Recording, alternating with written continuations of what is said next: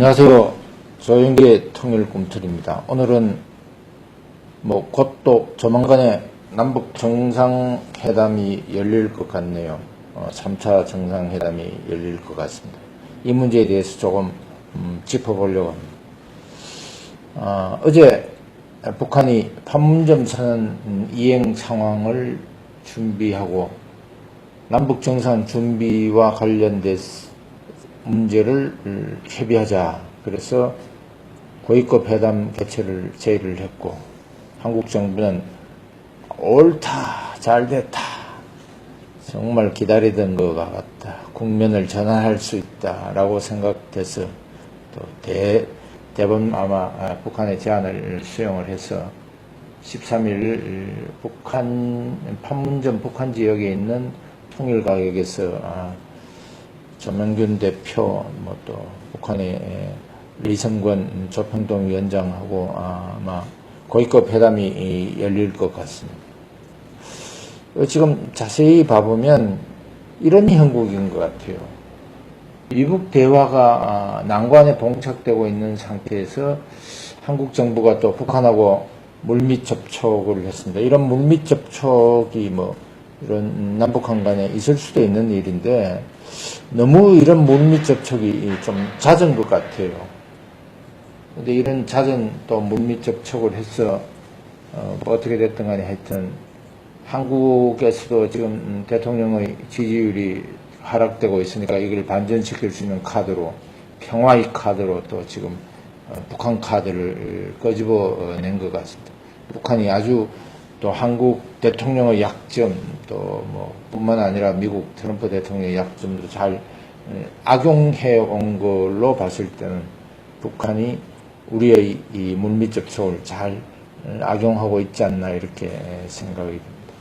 북한이 왜 갑자기 또 이런 그 3차 남북 정상회담을 위한 고위급 회담, 또 결국은 고위급 회담에서 3차 남북 정상회담의 일정이 결정이 될 것 같은데, 왜 이런 거를 제안을 했는가? 제안한 배경은 제가 봤을 때는 한 5가지 정도 되는 것 같습니다. 첫 번째는 현재 북한이 처해 있는 위기 국면을 어떻게 돌파할 것인가와 관련된 문제인 것 같습니다. 이 정상회담 카드를 가지고 지금 북한이 위기 국면을 돌파한 거가 2번이 있습니다. 평창 동계올림픽에 참가해서 북한이 지금 처해 있는 국제사회로부터 시작해서 제재 압박이라든지 또 안보리의 제재 압박이라든지 또는 미국의 군사적 옵션 이 압박과 같은 거를 회피하기 위해 가지고 남북 정상회담이라는 카드를 던졌고, 이 카드를 또 우리는 덥석 받음으로 해가지고 지금 북한의 핵 폐기의 길을 점점 뒤로 늦추어졌다라는 첫 번째. 두 번째, 지금 정상회담을 가지고 또 위기 국면을 돌파하는 거가 지난 5월 25일 날 트럼프 대통령이 북한이 굉장히 이상한 얘기하고 핵폐기를 할 것 같지 않으니까 미국 정상회담 취소하겠다고 그러니까 다음날 바로 남북 정상회담에서 이걸 또 반전시켰어요. 이번 3차 남북 정상회담도 저는 예외가 아닌 것 같아 보입니다. 지금 최근에 미국은 북한의 핵 문제가 지지부진하게 되고 있다. 그래서 미국 사회에서 지금 굉장히 여론이 좋지 않은 것 같아요. 그래서 다시 미국에서 최대 압박, 맥시멈 프레스를 들고 나오는 경우가 굉장히 많은데, 이걸 지금 회피하려고 그러는 것이다. 최대 압박과 관련된 문제가 최근에 불거진 거가 미국 국가안보회의 NSC 보좌관인 존 볼턴이 폭스뉴스에 나와서 5월부터 7일까지 한 3번 정도 한 얘기가 요약하면 이런 것 같아요. 우리 말로 하는 거 별로 필요 없다. 비핵화가 확인될 때까지 제재를 완화하지 않을 것이다. 이 이야기는 다시 이야기하면 맥시멈 프레셔를 최대 압박을 지속해 가겠다라는 이야기. 그리고 어제 그제 8일 미국의 현지 시간에서 니키 헤일리 유엔 주재 대사도 북한을 압박을 했습니다. 우리 너무 오래 기다리지 않겠다. 북핵 문제와 관련된 시간표라도 최소 내놔라. 또 이렇게 이야기를 하고 있는 것 같습니다. 그 뭐 또 폼페이오 국무장관도 대화를 강조를 하지만 맥시멈 프레셔 그 최대 압박에 대한 얘기를 지금 다시 조금 더 강조하고 있는 것 같습니다. 물론 뭐 트럼프 미 대통령이 김정은이 니 지금 되게 잘하고 있다라고 이렇게 칭찬을 하고 있지만 그거는 미국이 대화의 채널을 놓지 않으면서 최대 압박을 해 가겠다라는 그 투트랙 전략으로 이렇게 저는 판단이 됩니다만 이 문제를 지금 북한이 받아들이기에는 북한이 지금 가지고 있는 그 중요한 요점은 뭐냐면 핵이 있는 상태에서 제재를 완화하겠다는 건데 국제사회가 이걸 용납할 리가 없다라는 측면에서 지금 요 꼼수를 어떻게 지금 한국하고 좀 잘 풀어볼까. 그래서 3차 정상회담이라는 카드를 끄집어낸 것이 아닌가 저는 이렇게 보고 있습니다. 두 번째 제안, 이 3차 정상회담을 제안한 배경은 한미 간의 이간을 목적으로 하고 있다.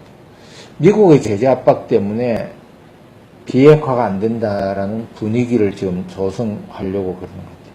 지금 한국 사회에서 굉장히 안 좋은 그가 하나 지금 우리 사회에서 돌아다니고 있는 것 같아요. 일부 좌파 진영이나 또는 어느 뭐 핵심 권력기관 같은 데서 이런 얘기가 나오는 것 같습니다.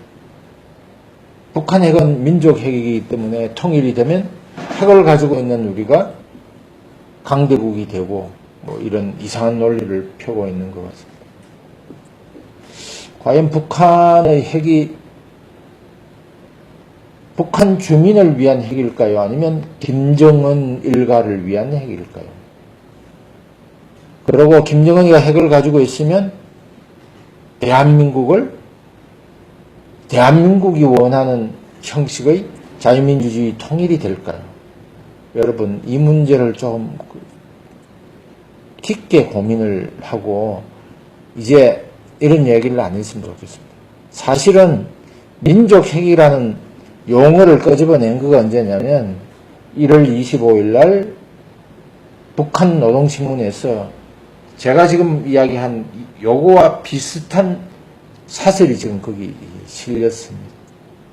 이거 지금 북한 아이들이 얘기한 거 그대로 받아가 한국 사회에서 지금 이야기하고 있다라는 것은 저는 줏대가 없어도 이렇게 없을 수 없을 것 같고 일부 북한 전문하고 있는 학자들도 이런 이야기를 하고 있는 것 같아요.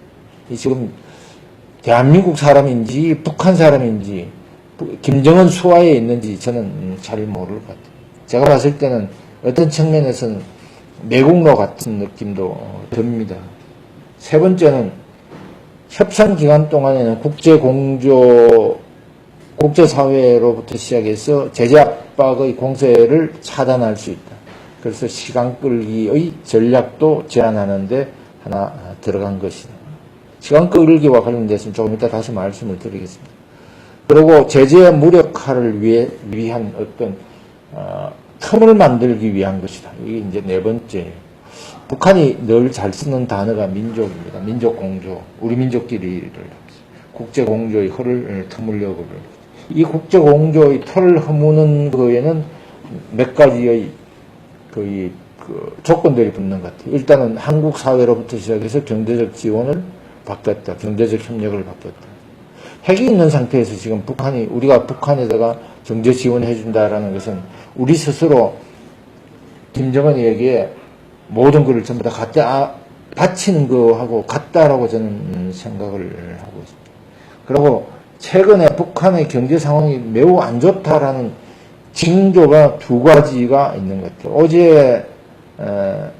8월 6일 날 노동신문 사설에 이런 사설이 실렸습니다. 5개년 5개년 전략 목표라는 글을 충실히 수행하기 위해 가지고 돌격 정산 운동에 매진하자. 이 5개년 전략 목표라는 거가 북한이 이제 사회주의 계획 국가이니까 분명히 계획 목표를 만드는 거는 맞는 것 같고요. 한 2년 전에 이거 했는데 아직도 전략 목표에 전부 다 충실하지 못하다. 그러니까 정산 돌격 운동에 매진하자라고 이렇게 이야기를 하고 있는 것 같습니다. 그리고 김정은이가 온데 막 돌아다니고 있어요. 7월달. 그리고 뭐 며칠 전에는 또 우리 방송에도 좀 나온 것 같아요. 뭐 윗도리 벗고 뭐 러닝셔츠 바람으로 이 젓갈 공장 방문하고 뭐 이런 것도 있는 것 같은데, 이거가 가지고 있는 의미는 어떤 의미냐면 우리 자세히 좀 보셔야 돼요. 북한 경제가 지금 그만큼 잘 돌아가지 않는다, 어렵다라는 것이고, 또 하나 지금 김정은이가 국민하고 쇼통을 좀 해야 되는데, 보여주기의 그걸 해야 되는데 9월 9일이 북한 건군 70주년이 되는 해예요. 그러니까 이때 민생 문제 해결과 관련된 것을 지금 주민들에게 보여줘야 되는데 보여줄 건 별로 없어요. 사실은 북한의 민생 문제의 가장 최악의 오늘과 같은 이런 상황을 만든 주범이 누구냐면 제가 봤을 때는 김일성, 김정일, 김정은이에요. 근데 지가 잘못해놓고 매일마다 밑에 사람들 보고 이야기하는, 이것도 정말 좀 무서운 것 같아요. 그리고 5번째 제안한 거는, 아마 저는 이거가 밝혀지지 그가 정말로 나타나지 않았으면 바라는데, 우리 문재인 대통령이 9.9절 행사에 참석할 가능성도 지금 염두에 두고 북한 건국절에 지금 참석할 가능성도 전혀 배제할 수 없는 것 같아요. 이게 지금 어떤 문제가 있느냐. 북한의 국가성을 우리나라 대통령이 그 건국절에 가서 축하를 해준다라는 것은 북한을 국가로 인정하는 거고 대한민국 헌법에 위배되는 거예요. 그리고 또 하나는 우리의 건국에 대해서는 인정하지 않고 북한의 건국에 대해서 인정을 한다라는 것은 대한민국의 정통성에 대한 역사적 정통성을 대통령 스스로 무시하고 있다라는 측면에서 매우 위험해 보입니다. 이런 북한이 아주 중요한 그걸 해서 이걸 가지고 온 것 같아요. 근데 사실은 이런 제안을 한 것 중에서 지금 가장 중요한 문제는 전 이거라고 생각합니다. 북한이 지금 핵이 있는 상태에서 제재 완화를 요구를 하고 있는데 국제사회에서는 이걸 도저히 받아들일 수 없어요. 그러나 한국에서는 일부 제가 조금 전에 말씀드린 것처럼 민족 핵인이 무슨 이상한 단어를 붙여서 지금 이걸 받아들이려고 그러는데 이게 지금 도저히 있을 수 없는 일이에요. 며칠 전에 여러분들도 보신 것, 언론지상을 통해서 보신 분들도 계시겠지만 김정은이가 4.27 판문점 회담에서 이런 얘기를 했대요. 1년 이내에 비핵화하겠다라고 얘기를 했대요. 그래서 이 사실을 존 볼턴 국가안보보좌관이 뉴스 인터뷰에서 밝혔어요. 그래서 우리나라 대통령이 김정은이하고 문재인 대통령이 김정은이하고 만나서 김정은이가 1년 이내에 비핵화를 할 것이다. 그래서 이 내용을 트럼프 대통령에게 전달했다. 저는 정말로 김정은이가 1년 이내에 비핵화를 한다면 이건 정말 반갑고 대단히 환영하고 기뻐하고 상수를 들어서 할 이야기다. 그러나 북한이 과연 이런 김정은이가 이 이야기를 했겠는가? 만약에 했다면 정말로 그거대로 프로그램대로 가야 되는데 프로그램대로 가지 1년 이내에 비핵화를 하겠다라는 김정은의 입장에서 아직도 핵무력을 강화하고 있는 징조들이 여러 군데 나타나고 있다. ICBM 만들죠. 또 핵실험장 농축 우라늄 공장 더 은폐하고 확장시켰죠. 이런 거를 보면 북한은 아직도 핵 폐기를 하고 싶은 마음이 제가 봤을 때는 0.0001%도 없는 것 같아요. 그런데 얘들 두고 지금 이렇게 핵 폐기와 관련된 문제를 한다라는 것은 저는 굉장히 어려운 거예요. 아직도 북한은 비핵화와 관련된 협의, 여러분들 알고 계신 것처럼 4.27 판문점 선언, 6.12 미북 선언 합의에서 이후에 어떤 비핵화와 관련된 시간표, 타임테이블을 내놓지 않았어요.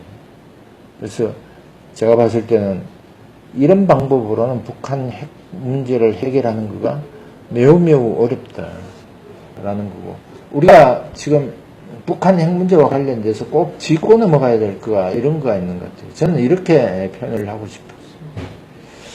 한반도 안보의 암덩어리는 누군가, 암덩어리는 뭔가, 북한이 핵을 보유하고 있기 때문이다.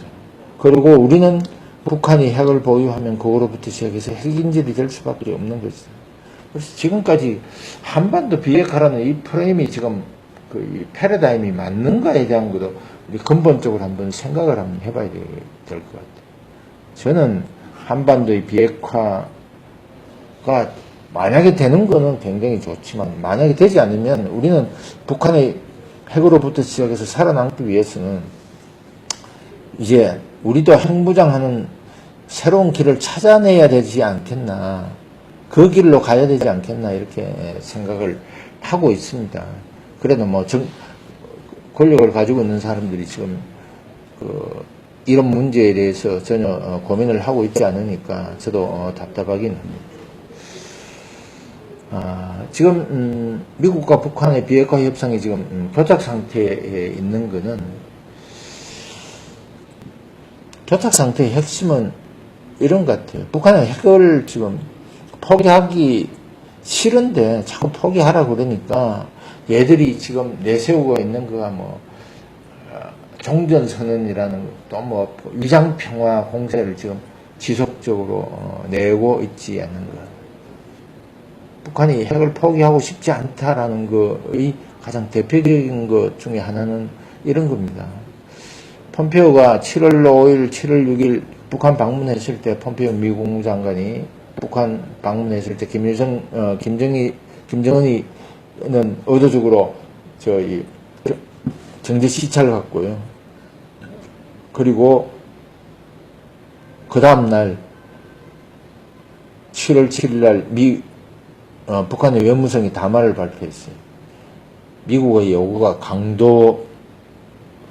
강도적이다 라고 이렇게.